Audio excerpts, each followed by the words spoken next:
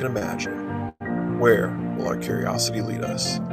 The work continues on the question of who we are today and what we will be tomorrow. Will we hold emerging technology accountable to its social and ethical implications? The consequences are at the center of our future. We're here to navigate the paradigm shift with you. Enter GatherVerse News, your home for humanity-centered tech journalism.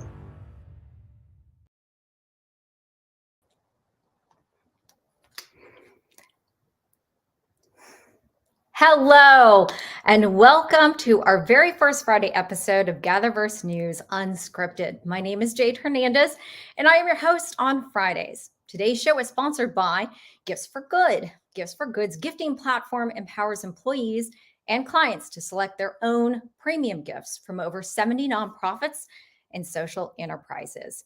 Gifts for Good. Now we are on to today's show. We're going to be talking about VR. We're going to be talking about students' creativity and dementia. Our guest today is Dr. Julia Scott. She is the director of the Brain and Memory Care Lab at Santa Clara University. Dr. Scott, thank you so much for joining us. I really appreciate it. Thank you for having me. I appreciate it. So let's dig right in. Let's talk about first who this software is helping right now. You're connecting VR, student application, and dementia caretakers. So let's start out with who we're helping right now.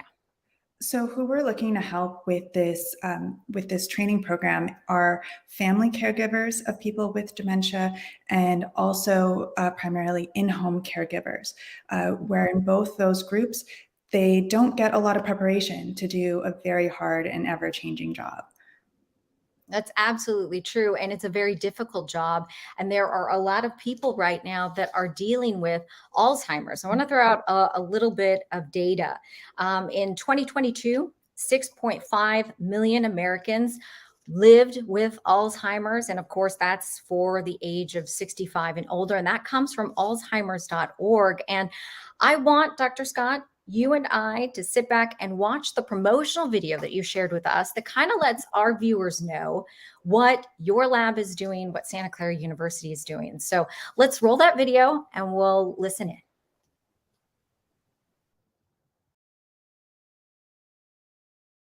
First-person caregiving simulation. The purpose of this simulation is to give you the opportunity to face the challenges of caring for someone with dementia and learn best practices of person-centered care. Hi, Kennedy. Hi, Mabel. Hi, Mabel. How's it going? Who are you? Why are you here? Above all, remember that although people with dementia may forget facts about you or forget who you are altogether, they will never forget how you make them feel. See you again soon for more practice.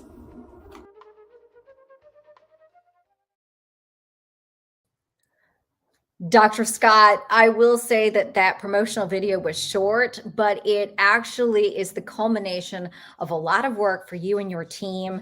At the very beginning of that video, we saw a person with a headset, a VR headset. So can you tell me a little bit about how this will enable caretakers to actually learn more efficiently?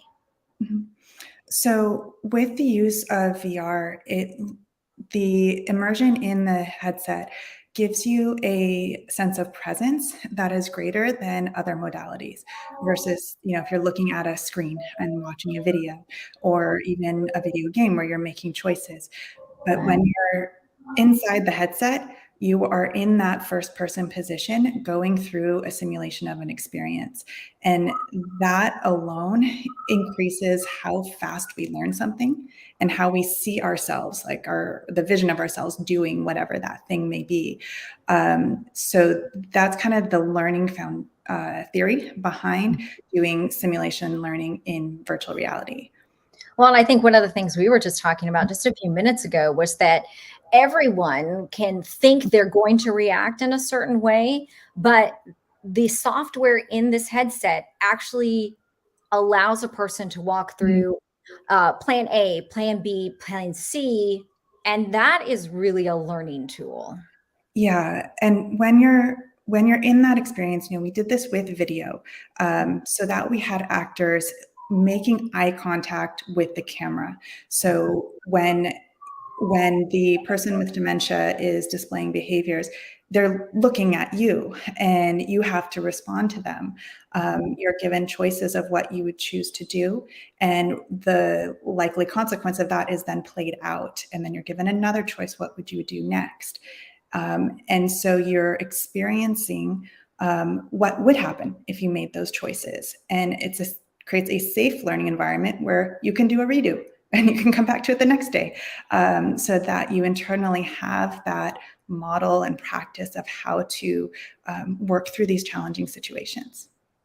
I'm kind of old school. When I first heard about what you were doing with your lab in Santa Clara University, I thought of a choose your own adventure. Have you ever read those books where you got to choose which one? And I always went back and wanted to try each one. And so that's a very good, it's a very good memory tool as well. And I like that you mentioned that you had actors portray these roles out, because what this project has done for the university and connecting the lab is that it's brought in a lot of disciplines. Talk about the different disciplines that really participated in this lengthy project. So we started with our team of faculty that were interested in this, in dementia care. And that ranged from, bioengineering, psychology, public health, kind of the ones you would expect. And that was, the initial team. I myself am in bioengineering. My background's in neuroscience. And I understand Alzheimer's disease as the disease process and the brain changes, more than the behavior, as the psychology faculty do. So it started with that, and then the relevant student groups, in those disciplines during the research phase. And then when we identified this is the solution we're going to build, because there were actually 4 possibilities of what we would build, then it called upon additional talents. So we reached out to communications to find film students. The chair of the theater department is actually a voice coach, and she is the narrator for this prototype. So across the board, we're pulling in the interests and talents of the whole university, regardless of what department we're from, in order to build something that serves the population. That's amazing. And so when we're talking about building that process and building that project up, we have to, of course, mention the sponsor. Your sponsor has some really lofty goals for this. And that's how the sponsor connected with Santa Clara University. So talk a little bit about that connection.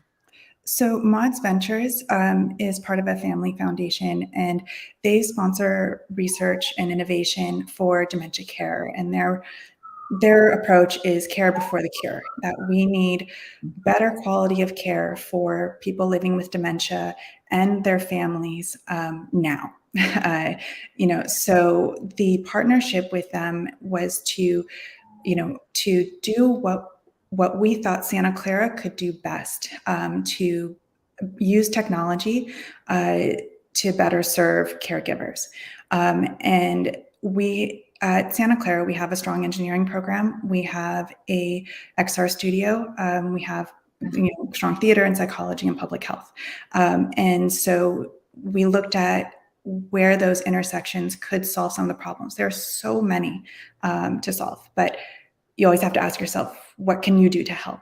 And this is where we landed. But the partnership with Mods Ventures is a multi-year partnership where it comes starting from the idea to our prototype, and then figuring out how do we disseminate this, how do we get it out of the lab and into the community. And you're actually on your second phase as well. Yes, we've completed the first prototype. We've done the user testing. We're in the process of actually testing those assumptions that people learn better in VR. We're running that study now with 3 partner sites, and designing our next training module, so that this actually becomes a library of VR modules that people can use to prepare themselves for the caregiving job. It's pretty amazing. And how long are we talking of a process from inception to the point that we saw that promotional video where you could actually say, I can put this into the hands of a dementia caretaker and they can start learning? From idea to functional prototype was 6 months. Wow. Yeah, so 6 months to get to that point, and as we said, we're going through that testing and validation phase right now, and figuring out the dissemination and commercialization.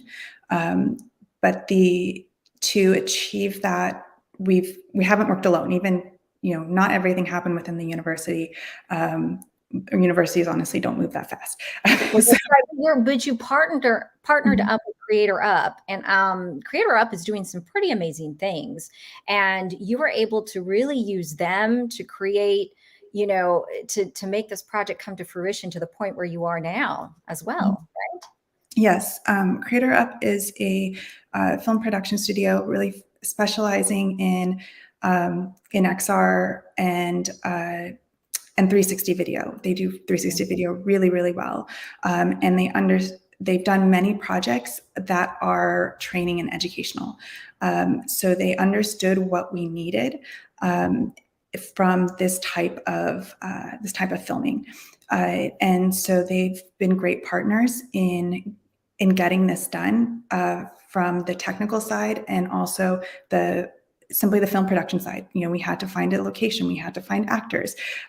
This was all done in partnership with them, and they also took on one of our film student, and treated her like an intern. So she learned directly from them how to do this type of filming, and now she's preparing the videos on her own.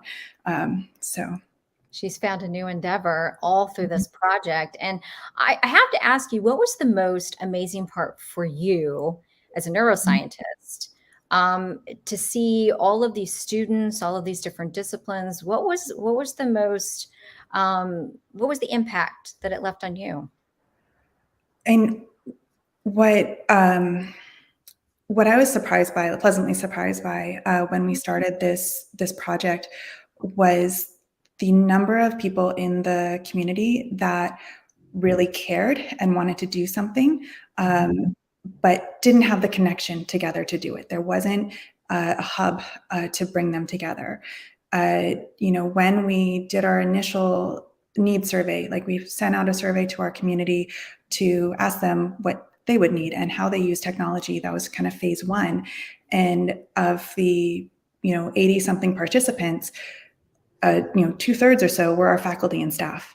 And so knowing that when they go home, they're in that caregiving role, they're taking care of their spouse, their mother or father, and really understanding how broad of an impact it is, and the yearning for building solutions and improving the quality of life for people living with dementia, and their caregivers who are giving touches so many people. Mm-hmm. Touches so many people. You don't realize it, but you have someone, my husband's mother, and start going through all of the people that and that's why this story reaches so many people. And on the student side, they're not, most of them aren't yet at a caregiving role, but we've had lots of enthusiasm, lots of students approaching us wanting to work on this project. So, this upcoming generation, they care a lot about how they can contribute to the challenges of older age. It's on their consciousness for sure. And I spoke to a student who told me she never really thought about, delving into this type of healthcare and connecting her and that generation, or as she told me, that generation's problems. And she said, what I realized, it's something that I will deal with in my lifetime. If I'm not touched by it, I will, eventually get to an age where I would want someone to reach out to me and to be able to help me in the most, humane and caring way. And this technology is doing just that. It's so amazing. Mm-hmm. Well, I really appreciate it. Thank you so much, Dr. Scott, for taking the time out on this Friday to join us. Thank you for coming on. I appreciate it. Well, everyone else, you might be asking, what's up for GatherVerse News next? Well, Monday, of course. And I have to ask you, have you seen the movie Top Gun? Because our very own Priya David Clemens will be meeting a real-life maverick. His name is Gary Jam Moore, and he's an Air Force Innovation Chief Training fighter pilots using artificial intelligence and VR. And you can join us on Monday for that conversation. You won't want to miss it. Now, if you're interested in sponsorship, well, I want you to check out that screen right there. It's GatherVerseNews.org. And of course, now that I've talked about sponsoring, I'd like to thank our sponsor today. Thank you so much to Gifts for Good. Gifts for Good is right there, gifting platform. This platform empowers employees and its clients and supports the work of over 70 nonprofits. And a special shout out to the Chief Impact Officer, that's her right there, Janice Steverdeen, for support. Janice, thank you so much for sponsoring us today. And thank you all for joining us today for GatherVerse News Unscripted. I'm Jade Hernandez, and I hope you join us next week at noon. And until then, be safe and have a great weekend. See y'all.